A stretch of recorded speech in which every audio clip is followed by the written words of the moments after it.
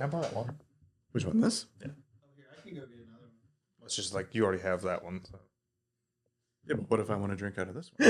This is completely what we've been arguing about most of our lives. This is what's happening. I told you I'm a big beverage guy. I like having my drinks variety. All right. Anyway, segueing. Do I need to clap? Do I need to clap with oh, this job? Yeah. We're not going to leave that beautiful preamble up at the top there. Yeah, sure. Hello, Parrot Heads. Welcome to Coming Monday, a podcast about Jimmy Buffett, where we dive into the myth, the mirth, and the music of James William Buffett, one song at a time. I'm your host, Mike Postolakis. With me is my co-host, Caleb Seashell McCraw. Not my best. Not the best one, yeah. Had a little UCB improv training there fail me.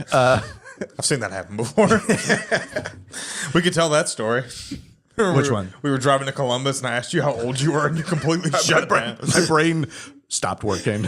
We were driving to Columbus, which we talked about in one of the episodes before. I asked Mike, I was like, hey, how old are you? And then there was dead silence for probably about 45 seconds. Which is hilarious because this was like mid 3 hours of bebopping and jazzing and scatting. Just like we had riffing, dunking on Chris, making fun of Veach. Yeah. And then you popped that question to me, and I shut down. What was going through your mind? What actually happened was I was going to make a joke, but I was also driving, so I was kind of like paying attention to driving, so I didn't have a joke. And then I just froze. I just stunk. Also, we rented a car when we did that drive, correct? Yeah, because there was 5 of us. Yes, I didn't know, because I've heard of comics starting to do that now where they rent cars when they're going on long drives. Because I just use mine, and I didn't really think about it until, recently. I was like, that actually makes a lot more sense. Instead of splitting gas, you just split the rental fee for a car, and you can put miles on that. Yeah, it's much better, especially because you do the pay the pump as well. Yeah. You know what I mean? For renting the car. No, I like it, but because we had the camera guy with us to shoot it, and I have 2 cars, but my Land Rover I only use for the around town, and our Honda, which is my wife's car, that's the out of town car. But it would have been so it would have been cramped. Yeah, it would have been cramped. But that dude, we were rolling in that Affinity, man. That was a nice car. And then we might as well just tell the whole story. We let Judson Veach Comedy. Yeah, at Judson Veach Comedy on Instagram. We let him book the Airbnb. And I was so scared. It was scary. It was not a great part of town. And the minute we pulled up in the Affinity, literally people were like eyeballing the car. We pulled up in our Infinity, and a guy was on his porch, and he called somebody, and someone else showed up within 2 minutes. It was like, I don't think they were going to go in there and murder us or something, but I was definitely like, they're aware we're not from here, and that's definitely something that everybody's the fact that this is getting around is not good. Yeah, news travels fast in this town. And then we got into the Airbnb, and that was a total disaster. Yeah, it was terrible. I think they actually shut that place down, if I'm remembering correctly. Yeah, Veach got on there and got his money back. And so one thing about being friends with a man who is so much like a woman, like Judson Veach, is that he will actually, because I was raised very poor, so I was just always taught you're lucky that someone is allowing you to stay in their terrible house. You need to sit here and take it, whatever bad things are happening. But that was we didn't have enough places to sleep. Yeah, but there was no place to sleep. It said it slept 5, and there was 2 beds. There were 2 beds. 2 beds and a couch that was covered in some sort of weird substance. Yeah. And also, I don't know if you ended up having to sleep in the same hotel room with Chris. Yes. The guy can snore. He can snore. Real bad. And so somebody would have had to have shared a bed with him. I had to share a bed with him when we did Go Bananas in Cincinnati. Oh, God. Nightmare. Talk about going bananas. Yeah, I did. I no sleep that night. I do want to hear. So what, after that 45-second pause, what did you say? I'm 46. I had nothing. It was so funny. That the magic of improv is not give me a minute to think of something good. Because in my head it was such a nothing thing. I was like, Mike, I was talking about my dad, and I was like, my dad's, I think he's 56, And I was like, Mike, how old are you? And then he just immediately looked at me and like looked forward and then looked and I was like, oh, I didn't. I was like, am I like exposing some mystery that I wasn't supposed to know?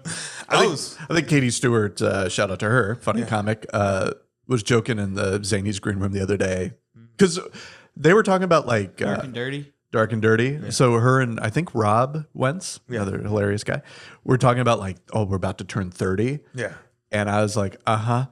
And then like there was the Kyler brought a camera guy and the camera guy goes, God, you guys that's crazy. You're so young. And I looked at the camera guy. I'm like, how old are you? And he goes, 31. And I was like, yeah, you don't get to participate in this. And then Katie was like, what if Mike's been lying about his age?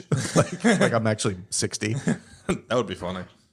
There are people that have done that. I remember some guy like on it was. I don't see any point in that. It was some. There's nothing, especially in comedy. Like if you're funny, you're funny. Yeah, it doesn't matter. Comedy doesn't matter. Honestly, I think being older makes it kind of unique because like you're kind of like got a hook where you're like, oh, it's like old guy or whatever. But like there was a guy like I remember he tried to change his like age because he was on like dating apps and stuff, and he was like a hot 65-year-old. Or something like I can't remember exactly. I mean, I remember that he was hot. I can't remember how old he was. And he like tried to change. He said he was having trouble like meeting women because of that. And I was just like, that was one of those times I was like, this. He was like petitioning to like change his birth certificate. I was like, this is insane. Oh yeah. Oh, because he was too old. Yeah, he was like, I'm too old. People don't want to date me. And I was just well, that's because he wants to date not 65-year-olds. And that's the thing. He was like, I was like, that's not an issue. If you seem like you're a rich guy and you're good looking, so it's like I don't think it matters how old you are. No, in fact, it really the older doesn't. you are, the better. That means you're going to be dead soon, and they'll get that money. I almost said something stupid. Random question: Yeah. How when Jimmy Buffett was married, how much younger was his wife than him?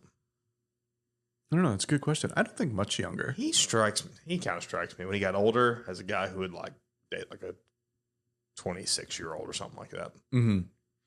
I don't know. No, I think his wife was because what's the story, right? They got married and then divorced and then married again. I think so. I think she was. But who knows what it? Maybe he had a Bill Gates. Yeah, I'm not saying he was on the island. Let's be very clear about that. He was on the islands. But he was on the islands, not that. He flew over that one. Jimmy was 9 years older than him. 9 years. Yeah, that's That's not that bad. I'm like 6 years older than my wife. All right. Which is, I always joke, my wife is as long as we stay together, will always be the oldest woman I've ever slept with. Not a fan of my comedy in general, and not a fan of that one. That's funny. Oh man. But all right, guys, the song for today's episode is Peanut Butter Conspiracy. Yeah, great lead in with that Epstein stuff. Well, conspiracies, huh? Caleb picked this song. This is from 1973 off the album A White Sport Coat and Pink Crustacean. Great album. One of Jimmy's first albums. It might be my favorite Jimmy Buffett album. It's legit great. It probably has like at least the most songs that I would say I'm a fan of. What let me look it up real quick. Do you remember like which bangers are on there? I think Great Filling Station Hold Up is on there. Is that right? I think it's on that. It's interesting because is it? Because this song, I know I've heard it, but it's not like Death of an Unpopular Poet is on there, which is one of my favorites. It's more of like a the low down one, like down kind of thing. But well, yeah, Great Filling. That's the first one. Filling Station Hold Up. I think Cuban Crime of Passion is on there. Grapefruit, Juicy Fruit. Why don't we get drunk? Oh, these are all Why bangers. don't we get drunk? Yeah. Actually, I probably had a better job naming these songs than I did trying to name the top 8. Okay, that's interesting that Great Filling Station is on this because I feel like Peanut Butter Conspiracy has a lot of similar bones. Yeah, it's kind of the same song. It's kind of the same song. That's interesting. If you played them one after another, I don't think you would notice that it's a different song. Yeah, and this song, I definitely listened to Filling Station more. And but listening to this, I was like, "Whoa, this is like an underrated tune." I've never really. It's one that I didn't. It was never like in a Rolodex of songs like you heard at like parties and stuff like that, or like when people like you're hanging out with your friends and stuff like that. But it definitely was like one when I heard it for the first time, I was like, I really like this song, and it's become one that I kind of go to whenever I'm like just kind of chilling and by myself and listening to music. Yeah, because this one has because Jimmy has a handful of songs like this, and Great Filling Station, Hold Up is one of those, where it's like a 70s movie in 2 minutes. Yes. And like, dude, the people in the 70s were wild. Yeah. I feel like they were always peeling out of a gas station. Yeah. And dust is flying, you know? Oh yeah, 100%. It's like you definitely get it's a great story, I think. Like, because like I remember it's like opens with looking back on my hard luck days, I really do have to laugh, which is funny because like I think if you know his story, the hard luck days were literally like 6 months before this album came out. I guess at this point, was he living in Key West? I guess he would had to have been. 73. No, I think he was in Nashville still. I think 74 is when he went down. Yeah. We'll have to look that up, but I'm pretty sure. I think this is like right on that cusp. Okay. With that, you guys also said before, which phase was he in for this? This is definitely phase one. This is firm planted, long haired hippie freak. Yeah. Okay. Because these long hairs are stealing. They're shoplifting. Stealing from a working man. You know? Yeah. Just So I actually listened to prepare for this episode. I ended up listening to an acoustic version of the song first. He did with his daughter. They did all these songs you don't know by heart. oh, nice. Which you can find on YouTube. I'll link it there. But she would just like have him play a song, but tell the story behind the song. And this song's, of course, based on a true story. It's based on his salad days when him and his buddy Rick Bennett, I think he said the name was, ex-football player. They would travel around and on tour, and they didn't have any money, so they would have to shoplift from a mini mart. Okay. And that's when they would be like strategic about like what they're stealing, so you get the most calories for your theft, I guess.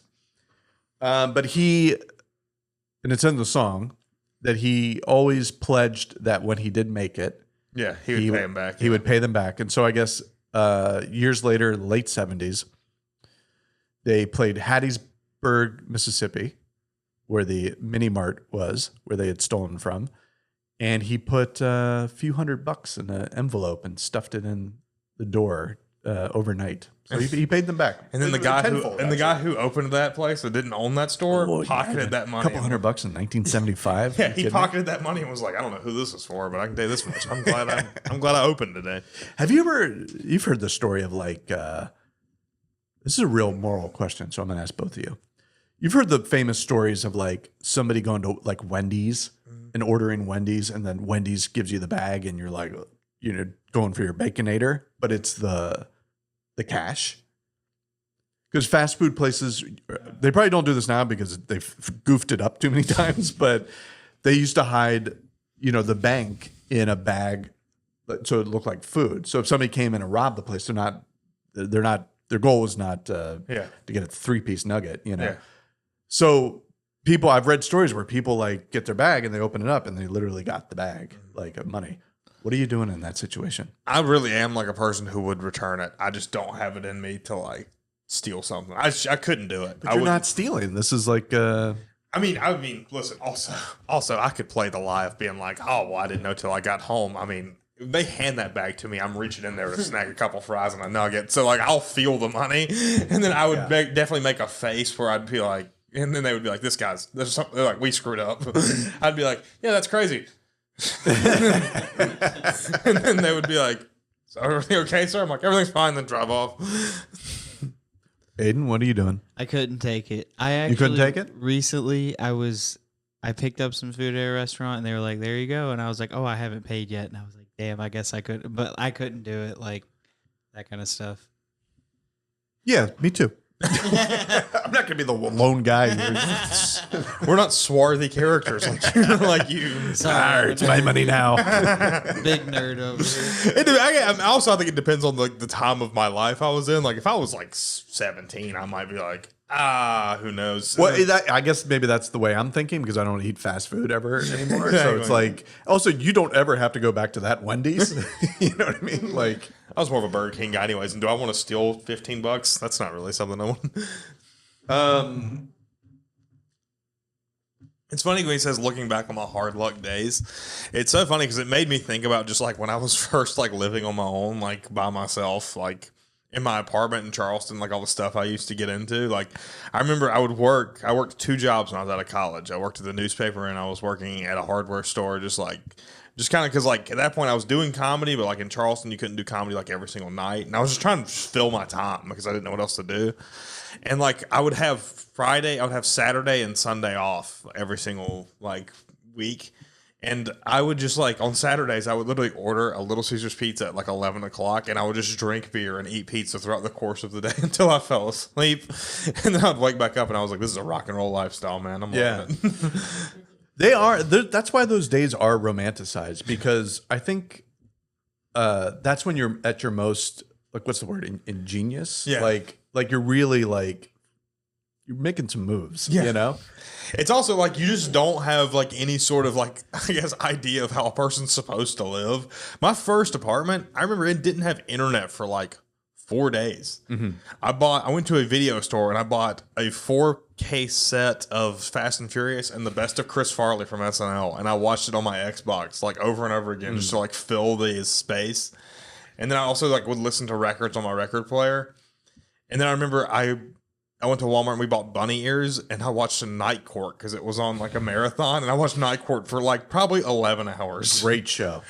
Shout Shout out to John Larroquette. I mean, that guy was gold. It was so good. I recommended it to people like at the mics and stuff. I was like, "Have you ever seen Night Court?" Yeah. And people who were my age were like, "What are you talking about?" And, And then adults, and then people who were like older. Because Charleston's comedy scene was kind of weird because there was like older guys who'd like been in the army and stuff, who like retired there, and they would be like, "Why are you watching Night Court? Aren't you 22?" Yeah, it's a great show. Harry Anderson. Yeah. He was great. I met him in New Orleans once. Was it Richard Mole? Richard Bull? Mole, yeah. Marquis Post. She was a chick, rest in peace. Yeah, when you're like, like my sort of salad days in LA, and because I was a big booze bag, I was so good at like, there were bars that would just kind of give away food to get you in there. Mm. In the neighborhood I lived in, I had an apartment right across the street from an iconic LA place called the Dresden. And when they would open at 5 p.m., I mean, I'd be right there waiting for them, you know? And they would put out, it's like a swanky, it's in the movie Swingers. It's like a real kind of hipster, old school club. But at happy hour, they would put out a tray of ribs. And, oh my God, these were so good. And that was like my meal. So I'm buying drinks, but like eating these free ribs, and I'm like, I'm good. I'm good for the night. I remember I was one particular Saturday. I remember it was like raining, and I was like hanging out in my apartment. I was doing my thing. I had like a case of Michelob Ultras, and I'd bought like a pizza or whatever, and I was watching like movies. And I remember one of my friends, her and somebody else came over, and they like walked in my apartment. And I just was like, I opened the door and I was like, I'm keeping it together. They don't know. And I was like stumbling around, and I was watching An American Werewolf in London. And I remember they watched it for like 10 minutes, and they're like, "What have you been doing?" I was like, "It's this, just hanging out." And then they watched it for 5 minutes. If you've never seen it, it's a weird movie. And we were at a particularly weird part where he was talking to like his dead friend, and they were like, "We're going to go now. Hope you're doing good. We'll see you tomorrow." And like, how long could you stretch that pizza out? Were you crushing it the whole time? It was throughout the course of the day. I mean, I'd get it at like 11. Like, I had it figured out where I was like, okay, I can place the order for delivery at like to where it arrives here at 11, and then I can eat that through the course of the day, and then we're good. By 9:30 when I go to bed or pass out in my chair, like, it's gonna be. I'm grooving. I remember I did that. I watched The Florida Project that day. It's crazy. I was so drunk and I remember all these. Yeah. Yeah, that was real sad. How many beers are we talking on a day like this? I want to say like this. I mean, how many beers have you got? But it was probably something like, I would have like a case of Michelob Ultra, and I'd probably make it through like, I'd say half of it at least. Yeah, I think so. Is that like 12 or like 24? 20. It was a 24 pack, and Okay. I probably drink 12. I remember because I had a table. It's like a big round table that I still have. But I remember I would put empty beer cans on it because I thought it was so cool. I was like keeping track of how many I drank, and then one day someone came over and was like, "Get rid of this. What are you doing?" I've done that before. I did that out of spite once. When I was in bands, we were on like a small tour, and we were on the East Coast in Massachusetts somewhere, but like a real swanky seaport part of Massachusetts. And we were playing a house show, and what we didn't know was the person who was booking us was like a teenager. So we showed up at his parents' house. You know what I mean? Oh yeah. And he had all his high school friends there. And I showed up with a case of beer, and the mom looked at me and was like, "You got enough beer?" Like just real whatever. And it really stuck in my craw the whole night. So we're playing like an acoustic show or whatever. Yeah. And then we were staying there. And I was like, you know what? I'm going to show this broad a thing or two. And I stayed up all night and I crushed all 24 beers. And then we had to get on the road. So we left at like dusk, or dawn, I guess. And I left a real snarky note that wrote, "It was just enough." Like, Nice. This is so doing much better now. So like I never did like I started doing comedy when I was like 21. So like my like salad days of doing comedy, like I started doing comedy when I was 21, and I mean like when I was however old I was, like 22, 23, we were doing comedy in Charleston. It was me and my friends. Like I remember we would do shows at this like Mexican restaurant on Sullivan's Island, which is like right on the beach. And I remember we would get done and we would go to the beach and just drink and stuff and hang out. Dude, we had so much fun. Like we would be like goofing off, and I mean, I can't believe somebody didn't drown in the ocean because people would be like running into the ocean and stuff. And I remember like we were out there one time; it was freezing because it was like wintertime. And I remember we were out there hanging out, and I was wearing like a giant like winter coat. And I remember like I fell asleep and I woke up at like 4 a.m. and I was like, "What?" They were all still there. It was so much fun, dude. But it was good times. Shout out to those guys. You know, Are those guys still doing comedy? some of them are. They've all like the thing about like comedy in Charleston, all kind of splinters.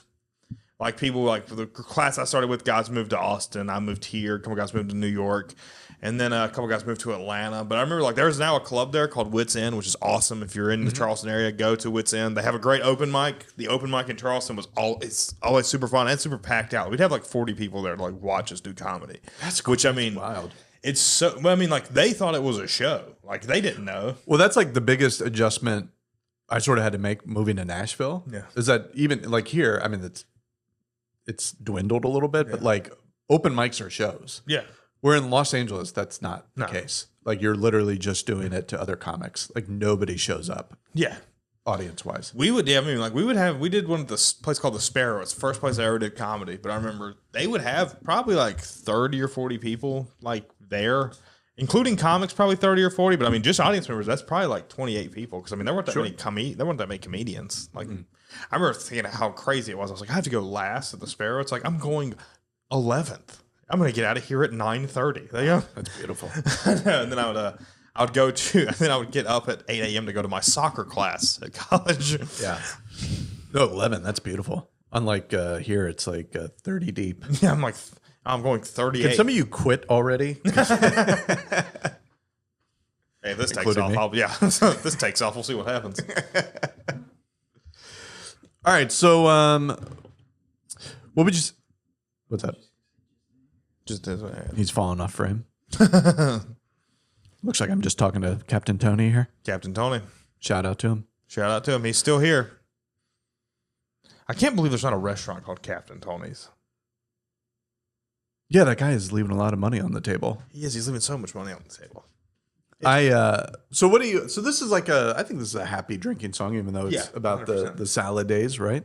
Oh yeah, it's definitely like a good time song. It's very much so a fun song. It's a great background song. Like I think it's the same thing. It's got like this frantic like country music pay. It's very country, which is like surprising to me because we just listened last week. We listened to Love and Luck, and that was so produced and so like I said bombastic, which Aiden thought was funny. I guess that I made the word bombastic, but it was very like in your face, and this is very subtle. It's like '90s Miami. That song.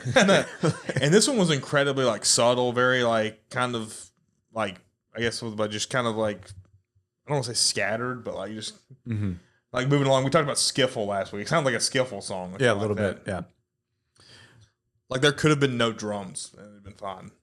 So we have a little treat. Yes. So he talked in the song about peanut butter and sardine sandwiches, which I looked up. Like that is something like people eat, like who are like hard luck, like down luck. Like there was this documentary. This guy Jeff Choi? He's like an artist. He did stuff for like Vice back in the day, but he did this thing called Thumbs Up America, where he would like travel around America, like hopping trains and like hitchhiking. And he talked about this like in the documentary. Like he was like standing outside of a supermarket, and he was like, if you're on the road and you need to eat something and like kind of like not eat for a while, then this is a good thing to eat. And I decided that I would be the one to risk it, and Mike's going to do this too. I'd throw that out there for him. Oh, I'm trying it too. Yeah. I'm worried about the smells. Yeah, it's gonna stink. No, it's going to stink. Well, not any worse than it already does in here. I bought the sardines, by the way, from Trader Joe's. Shout out to them. And That's the Aiden first. has this weird all natural peanut Oh, butter my that I'm God. trying to like mix up. This was the first time I shopped in a Trader Joe's in a long time. That's awesome. How very appropriate you shopped at a Trader Joe's for a Jimmy Buffett podcast. Yeah, but Trader Joe's is like, it's a supermarket for drunk college kids. Is it? See, Yeah. this goes back to just me growing up and being like complete garbage. There's no like, it's But, it's just like they have amazing snacks. Oh yeah, they have amazing snacks, but no like I remember. I'm messing this up hardcore because I do not know how to spread this peanut butter. Well, first of all, you're using a spoon there, Emerald. Aiden brought the spoon. Aiden's the one that brought the spoon. What do you want me to do? Caleb brought this. Make sure we isolate that Emerald dig because that was really the gold. I was shit Admiral. I was like, I don't know what that has to do with anything. Okay. But Trader Joe's, I remember during the pandemic in Los Angeles when things were tough and people there were lines outside of grocery stores. Hard There'd luck be- days. Yeah, but there would be a line outside of Trader Joe's, and I'm like, what are you guys getting there? Like, you're gonna ride this thing out on almond biscotti? It's from the 2022 Act.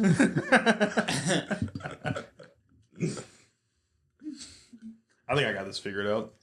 I think it'll be. I think this is like, I remember I had a college friend who would eat sardines out of the can, and I would near barf every time. You know what's crazy? I don't think I've ever eaten sardines. This might be the first time I do it. Well, maybe I'm dumb. Are sardines and anchovies? Hey, careful with the juice. Don't open it. Oh yeah, it's all in salt water there or Yeah. something. At an angle. It's gonna spread. Actually, we might want to. Well, how am I supposed to get them out? I was just gonna flip them out of the thing. Oh, those look good, actually. They do look good, man. These do. You might want like a paper towel or something to. There's a paper towel. Oh my god. It's a big piece of sardine. Yikes! It's gonna be more sardine than there's gonna be peanut butter. I feel like, which I wasn't prepared for. I've seen videos of people doing this on YouTube, and they all say it tastes pretty good. There is. All right, let's do this thing. We got a lot of doing here. Hold it up a little. Yeah, let them see the nice Trader Joe's sardines. I mean, that's a bang for your buck right there.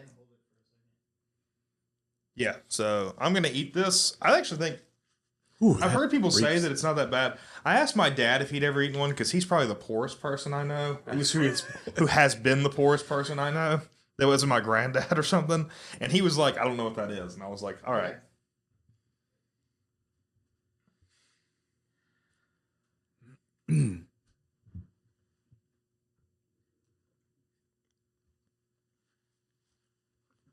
Yeah, it's actually not that bad. Wow. It's kind of salty tasting, which is actually pretty good for peanut butter. Sardines and peanut butter. Not bad. Not bad. You can live on this for years. I don't know, man. That smell. You want to try it? Yeah. I mean, I got to, right? Yeah. Also, your peanut butter displacement leaves a lot to be desired. It was. I was watching. I mean, I know again the spoon, but like He was struggling. I was thinking about this last night. Actually, I mean, again after seeing one battle after another and on a gummy. Here's why I'm not afraid of. Here's why I'm not afraid of AI. AI will never be able to make a peanut butter and jelly sandwich. It's true. You know what I mean? Like peanut butter and jelly sandwiches, there's a weird thing because they're either amazing or they're like meh. And the thing that makes them great is like magic. Like it's like getting the right, because you can get like too much peanut butter, you can get too much jelly, too much bread. But when you can get like the right aspect ratios there, It's very fishy tasting. I wonder why. All right, here we go. Oh my goodness.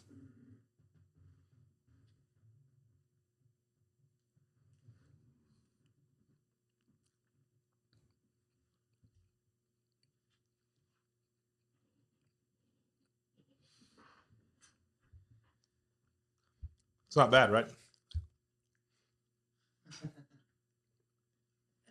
Doubling down on the nap. Not bad. I don't think it's that bad. I might do this at work in a couple of days. Not bad. What? Thank you, Aiden. No. It's not. Aiden, get in here. No. Aiden. Here's what it needs. The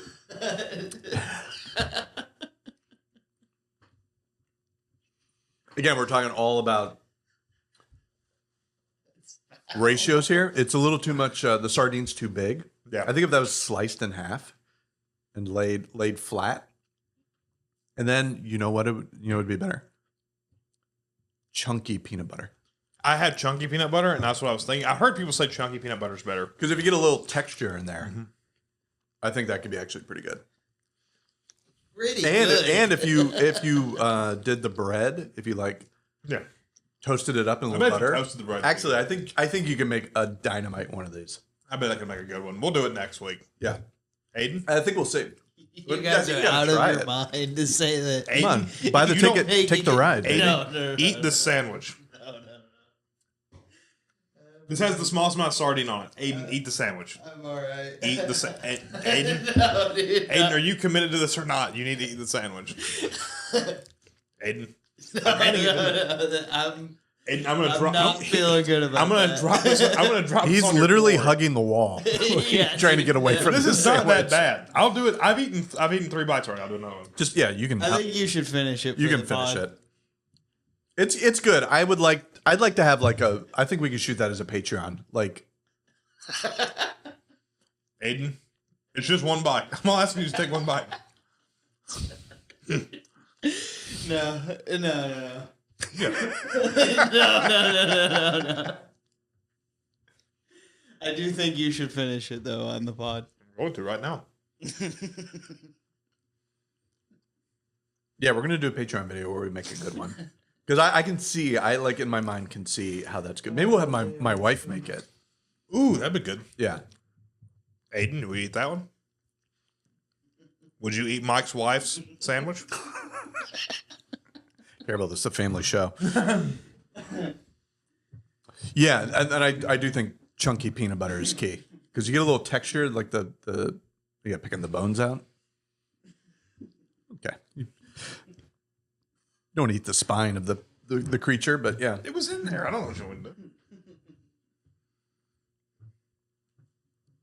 how long have we been going? I feel like this one we're filling air a little bit.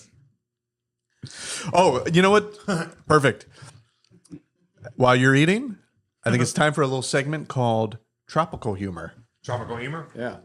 This is where, both of us should be writing jokes. I have one. Oh, you do have one. Okay, good. Mine's more of an observation, but Okay, great. This is Tropical Humor. I'm going to go first. All right.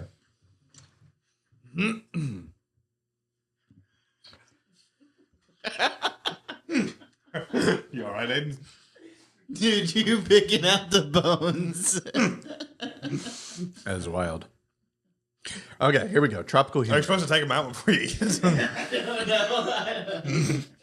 Can you debone my PB&J, please?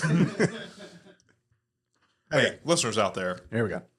What did the radio broadcaster say during the horrific SeaWorld tragedy of 1938?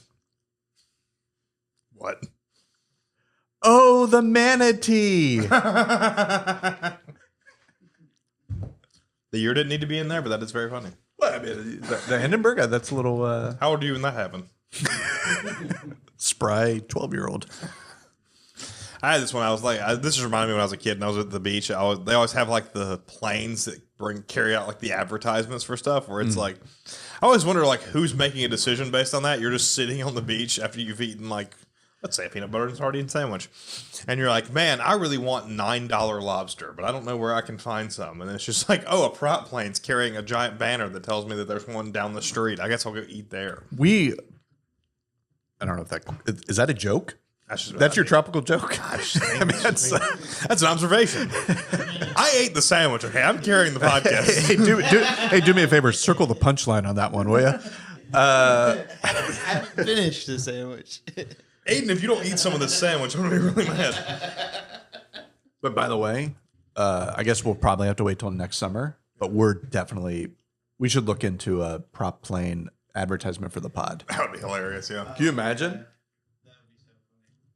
I don't think they're that much. they can't be. Yeah.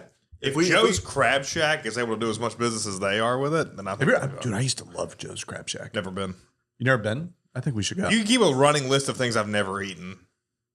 Give me a couple. I mean, we famously have a video of you eating a bagel. We do for have a the video first of me time. eating a bagel. I was about to say, yeah. I had never eaten a bagel. It was also probably my first time having salmon. I didn't know what a lox was when I ordered it. So I just had sardines for the first time, I'm pretty sure. Where's another? I've never eaten at Olive Garden. You ever eaten at Olive Garden? No. I ate at Olive Garden when I went to prom when I was in high school. But that's less surprising than him never eating at Joe's Crab Shack. I feel like that's just so. I don't know. I can see you there. Yeah. Well, South Carolina, they got to be huge, right? Yeah, pretty big. So I'm trying to think if there's any other places like I've never been. Like I don't know if I've had a Long John Silver's before because there was one in my hometown and it closed down. Yeah, it's crazy they weren't doing great business. Yeah, I had never eaten at a Cheesecake Factory until just a couple months I ago. don't think I've eaten at a Cheesecake Factory. You like it? A little overrated. It's just. I mean, there's like 20 pages of the menu. Yeah, it's a it's little just much. kind. They do everything kind of. Yeah, this is actually a fun thing. Is like when you're like hard pressed for money, like how he was in the song. Like, what was your go to like meal when you were like?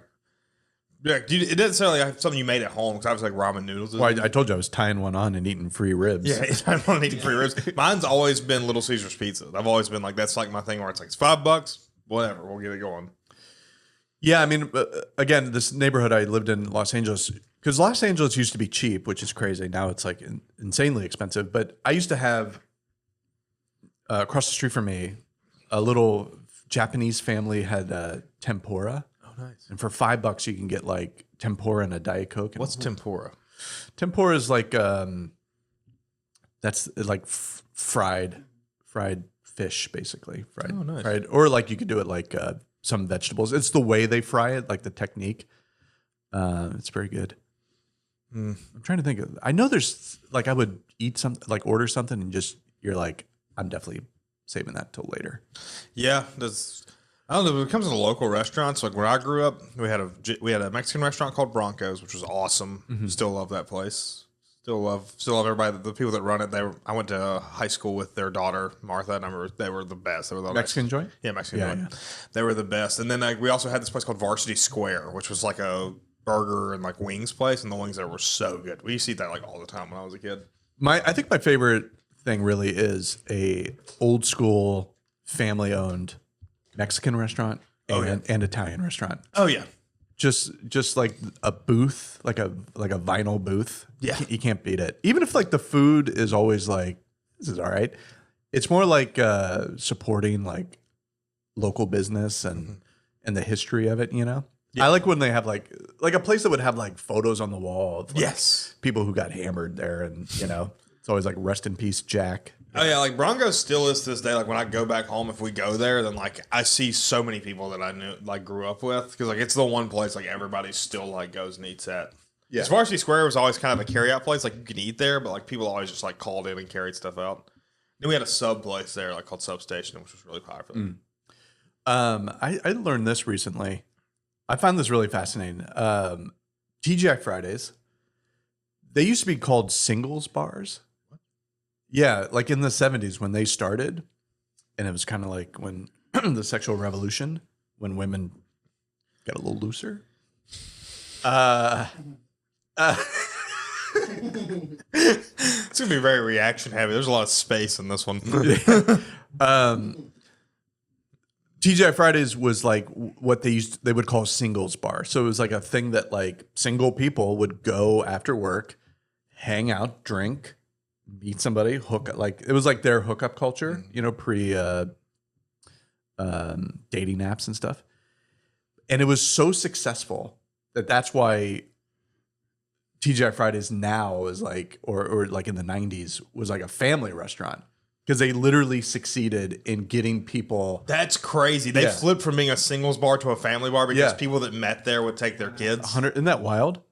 Yeah, that's crazy. It said for its first 10 years, it was singles bar. Yeah. And then People hooked up, You know, got married, had kids, and they were I like, was watching Frasier the other day, and he said that on there. He was like, I've tried going to singles bars. I've tried all these different things to meet women. And I was like, what's a singles bar? yeah. Like, I'd never heard of that. He was getting before. Frasier. he was getting. Why is that funny, Aiden? That is pretty good, actually. It's the smartest show on TV. It's a good show. You watching Frasier? Yeah, I watch Frasier. Okay. I like it. I don't understand what everybody's like. Everyone, when I tell people I do stuff, people get surprised. I don't understand. Well, don't get me wrong, and don't take offense to this. Just wardrobe alone, you don't strike me as a scrambled eggs kind of guy. Like you hanging out with Niles and Fraser Crane. I like their musings on life, you know? It's a pretty good show. It was a great show. I like it a lot. How many spin-offs of Cheers were there? Just that? There was Wings. Wings is a spin-off of Cheers? I don't know if that's so. right. I think Wings is a spinoff of Cheers. Aiden looked that up. I think one of us would probably be able to know what TV shows spun off of other TV shows better. But Could you name like, all right, No, not a direct it's not, right? spin-off. but I think it's like a lot of the same crew and directors yeah, I and think it's the writers. same. It's in the universe. Yes, somehow. that's exactly what it says. It's in the Okay. shared universe. Do you know a little more trivia? the what- CCU, the Cheers Cinematic Universe. Jeffersons? You ever watch Jeffersons? Yes. Do you know what that? All in the Family? Yeah, that's right. Okay. I'm trying to think. I know there's ones where it's like, what is that a spinoff of? Sanford and Son is a remake of Steptoe and Son Hey, on look at BBC. you. Yeah, that one I know because like the first season of Sanford and Son is literally just Steptoe and Son. It's Yeah. the exact same episodes. That's pretty good. They just changed like the sort of the vernacular, but the actual story is the same. Amazing show. Oh yeah, My dad might be the biggest white Sanford and Son fan of all time. my dad loves Sanford and Son too. Oh, that's cool. Yeah. A lot of dads. It's a big dad show. Yeah. And then I remember, they tried to make it before. They had the guy that plays Paul Vario in Goodfellas was the son, and then the grandpa from Willy Wonka was going to be the dad. Oh, And it was going to be about them being like, he's Italian and his dad was an Irish guy that married an Italian woman. And like, that was just going to be like then they thought it'd be funnier if they were black. I yeah, guess. too much math on that. That was one of those ones they like pointed that they were like, yeah, it'd be because they're different because they're Italian and Irish. And like, as a guy who was born in the 90s, I was like, I don't understand how that makes any sort of like. Red Fox was amazing. Oh, Red Fox is so good. One of the And then greatest What's his comics, name? really. What's the guy who plays the son? Desmond Wilson. Desmond Wilson. Yeah, and then he plays what Lamont is the son, right? Yeah, That's yeah. the name of. So my dad was such a huge Sanford and Son fan, and in fact, taped when TV Land would do like marathons. Yeah. Set the VCR to tape every episode. Oh, that's nice. So it was running all night. And when I was in sixth grade, I learned a valuable lesson in sixth grade about lying, which is we had a book report, and I picked the Dead Zone by Stephen King, and then didn't read it, and tried to do my whole report based off the back cover of the book. So I was bebopping and jazzing. That's smart. Yeah, and at some point, Mr. Ritz, my teacher, stopped me mid presentation and was like, "Mike, did you actually read the book?" And I was like, "Yeah." And then there's silence, and I was like, "I loved it. I thought it was really great." And I thought, and then I got an F. And afterwards, he goes, "I know you didn't read the book, and I knew you were lying because you kept talking." And he was like, "When people lie, the silence is too much, and they start just like trying." You know what I mean? I was like, "Oh, that's a good lesson." That's good. So then we had another book report later in the year, and I was really going to shove it up this guy's you know what. And I was like, I'm going to pick like a tough book, and I picked the autobiography of Malcolm X. In sixth grade. That's intense. And I remember reading it at the kitchen table, and Malcolm X, who they called St. Louis Red back then because he had like reddish hair. Yeah, they called him Red. Yeah. He was a dishwasher, and so funny. Did we bring dishwasher up this episode or last episode? Last one, right? He was a dishwasher at a restaurant, and the guy working with him, the other dishwasher, was Red Fox. And they were both red because they had red hair. Yeah, they had red hair. They were both St. died Louis at the Red, and I forget where Red Fox is from, but he was. Well, Red Fox is from St. Louis too.